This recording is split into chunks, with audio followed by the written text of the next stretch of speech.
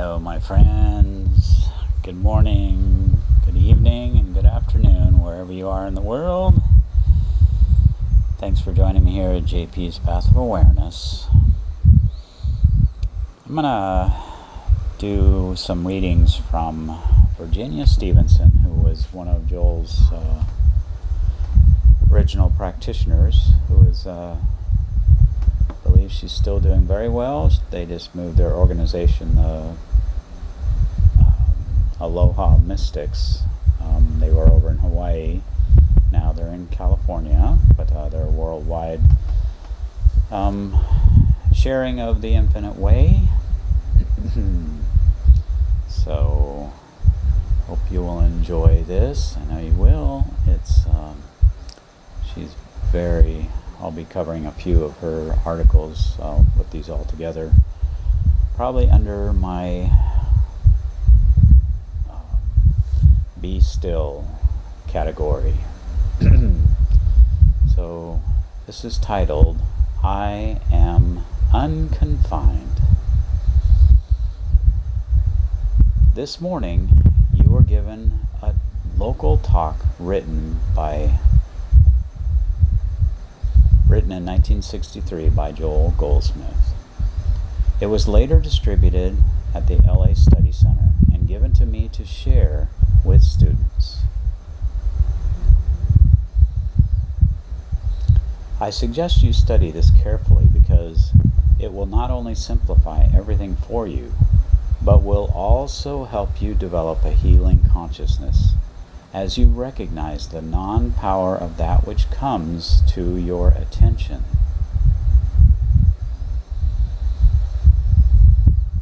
What the world calls the laws of cause and effect, karmic law, or whatever a man soweth, that shall he also reap.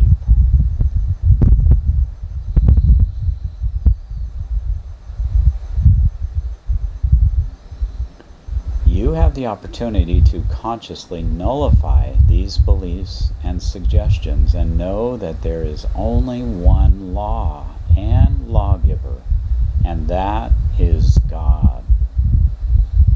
God's law is in 3 words: I am all. So that which appears as karmic law, or the law of cause and effect, is taking place in what is called the Adam dream.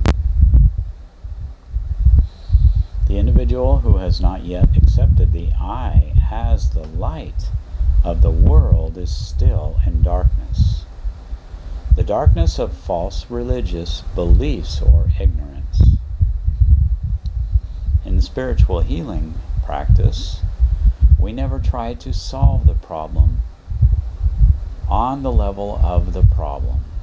We are not physicians, counselors, psychiatrists, or psychologists. These people have their rightful place, and there are millions of people asleep in the dream of material sense who believe that there is God and man, or no God at all. Mysticism reveals to you and me that God appears as individual being. God constitutes individual being. This I is the light of the world. In this light, there is no darkness at all. And this I of your being is the light of the world to the degree that you do not personalize it. So for you to live as the Christ light means that you must live impersonally. That doesn't make you eccentric. It only makes you hew to the mark of inner listening instead of personal sense.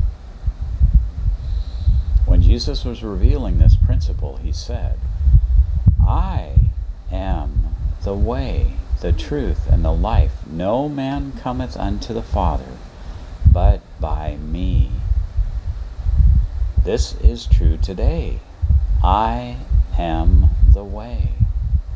So the way we live is a way of receptivity and attention to that voice of integrity within ourselves. This voice of integrity never fails. Perhaps at the beginning of your experience, you might wonder what voice to listen to, but it doesn't take long to recognize the voice of integrity, because the very essence of your being is love. God constitutes your being, so the very essence, the heart and soul of you is love. You will know instantly that the wrong voice is speaking if it violates love. In chapter 4 of The Mystical I, Joel says, one of the most important statements in the New Testament is the passage, I am the way. The incorrect interpretation of these few words has kept the world in spiritual darkness for 1700 years. On his understanding of that one passage hinges man's spiritual darkness or his spiritual enlightenment. That same passage of Scripture, correctly interpreted, however, can set the world free. But to accomplish this, there must be the 10 righteous men to show forth the correct understanding of the passage by their fruitage. The fruitage of spiritual enlightenment is freedom, peace, and abundance. I could add to that joy. All that the Master meant to convey when he said, I am come, that they might have life, and that they might have it more abundantly. When you personalize these words of Jesus, believing that they refer to a person, you are in spiritual darkness. If there is no healing, it is because the words of Jesus that were impersonal, universal truths are personalized. When you personalize them, they have no meaning because the person or body is a vehicle. The intelligence and light that animates the body is the real substance and activity of life. When we say the word I, do we mean body, a personal reference between birth and death? What do we mean when we say the word I? If you mean body, you are living in spiritual darkness. If you think that Jesus' body was any different from your body, you don't understand the nature of spiritual law, because God's law is universal and impartial, the same yesterday, today, and forever. When Jesus said, I am the way, he was speaking the truth. He was knowing the truth. And ye shall know the truth, and the truth shall make you free.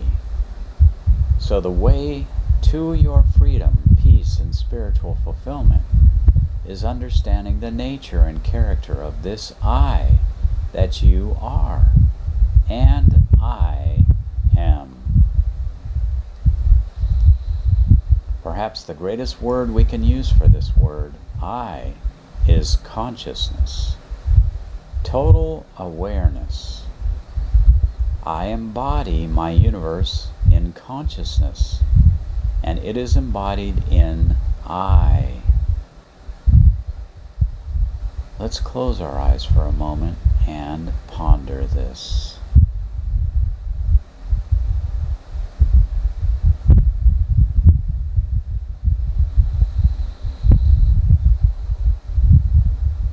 I embody my universe. There is nothing external to I, to consciousness. I embody all good, for I am infinite good. The nature of God is infinite good, the light of the world. This I of my being and this I of your being is the light of the world. The light shines, and the darkness of ignorance, false belief, or personal sense does not understand it. Nevertheless, the light shines. Those who can recognize this mystical truth are given the power to be the sons of God. In truth, it is a new birth when we recognize the I as the light of the world. This light shines, and the darkness can never extinguish it. It shines right now in all its integrity, and it shines throughout eternity. It is the light of our being illumining the way. We never need to go outside ourselves for illumination or to find the way. I am the way. This is the way of fulfillment, the way of understanding ourselves as God made us in His image and likeness. This can't be found in a book because it is a way of self-discovery. Consciousness is the conscious awareness of being, the conscious awareness of feeling this solitary self in all its integrity. When we experience it, we must go beyond words and thoughts. Otherwise, we experience only our thoughts, which can be good or bad, because we are all inlets and outlets of the one mind. As long as there are millions of people accepting a selfhood apart from God, accepting karmic law, the law of as you sow, so shall you reap, the law of cause and effect, we will experience both good and bad thoughts. Remember though, if we do not personalize these thoughts, they will cease. And then we will discover ourselves as God made us, pure being. That is what we are, pure being, infinite being, unlimited being, immortal being, and conscious being. We can never be more or less than that. This we are throughout all eternity. We live and move and have our being in God, divine consciousness, the great I Am. This truth cannot be added to a mortal concept of body, so this human concept must be disregarded. It must be set aside. Take no thought for your life, what ye shall eat, or what ye shall drink, nor yet for your body, what ye shall put on. Is not the life more than meat, and the body than raiment? So we are greater than the body. Greater is He that is in you than he that is in the world. This consciousness is never in the body. It is not our brain, neither is it the mind. The I is spirit, omnipresent, omnipotent, and omniscient. And you and I are this presence.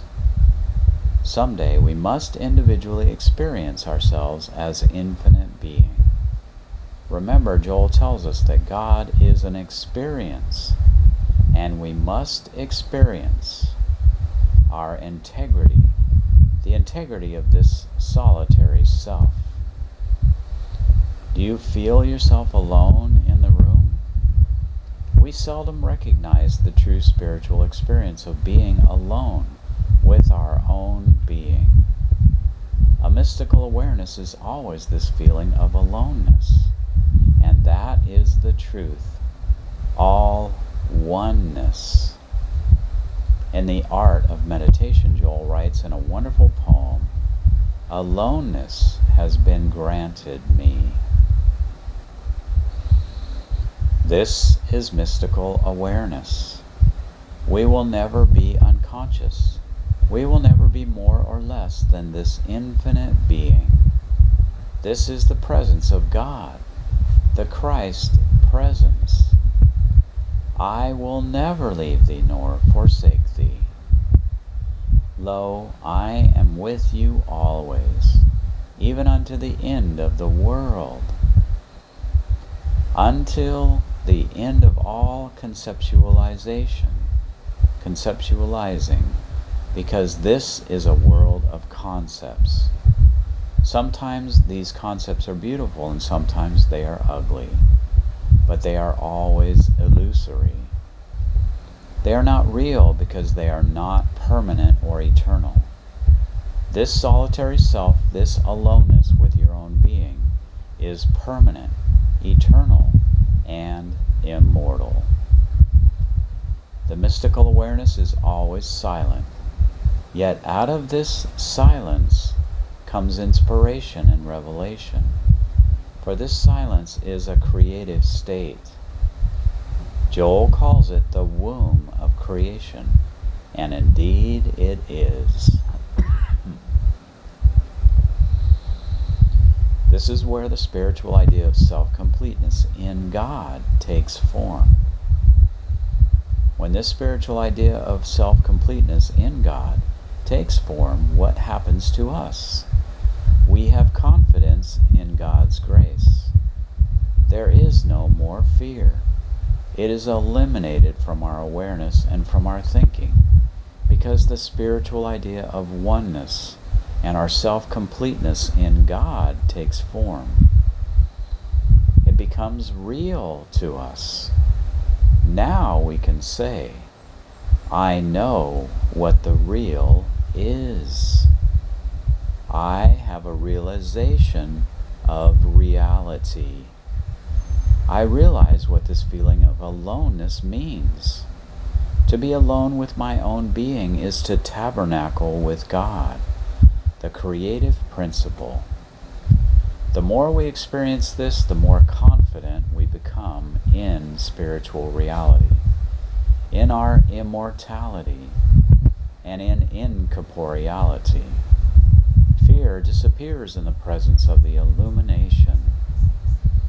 The realization that when I am alone with my own being, I am at one with this I am, and the light shines.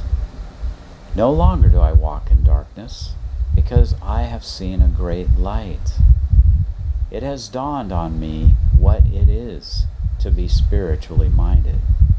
To be carnally minded is death, but to be spiritually minded is life and peace. In this state of being, there are no limitations. We now have new, unlimited horizons. We are living in the consciousness of omnipotence, omniscience, and omnipresence.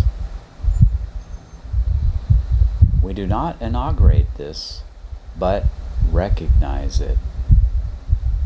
As we recognize it, there is a gestation period for the spiritual idea of self-completeness in God to mature in us.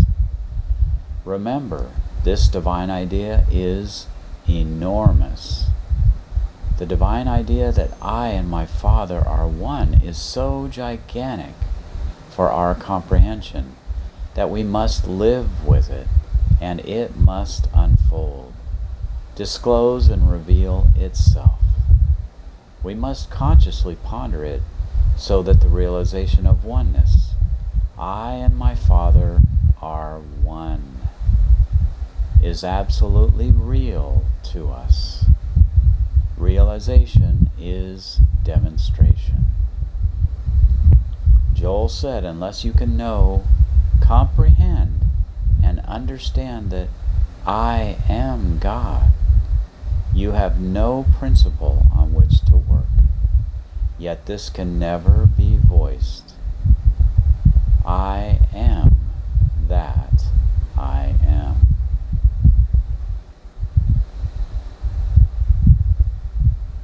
She concludes with a note here. Dear friend, infinite progression is concrete being. This spiritual idea is not understandable to the natural man. This is the reason he does not receive the things of God. Therefore, he does not function under grace. At this point in your unfoldment, you understand what concrete being is. This stationary stillness within establishes harmony in the without. This immovable peace dissolves all material sense and awakens you to the way of grace. You are then guided and directed without words and thoughts in newness of life, where love flows without effort and without measure. Thus, we experience the fruits of the Spirit: peace, love, joy, abundance. Aloha, Virginia Stephenson. So beautiful.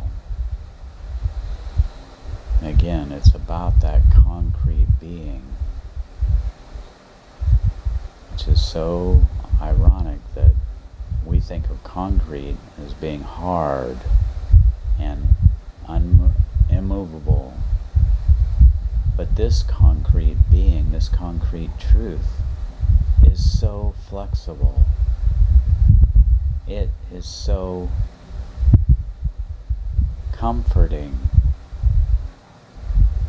It's so real, but yet it can't be seen, touched, felt, only by the spiritual senses. And we must awaken here to those senses. That's the soul identity that the Infinite Way speaks of. So spend time in that aloneness, in that oneness. You will feel the light. You will see the light everywhere. To walk in it, to see everyone in it. We bathe the world in it, in that light. So great to share with you, and look forward to talking on the next one. Many blessings.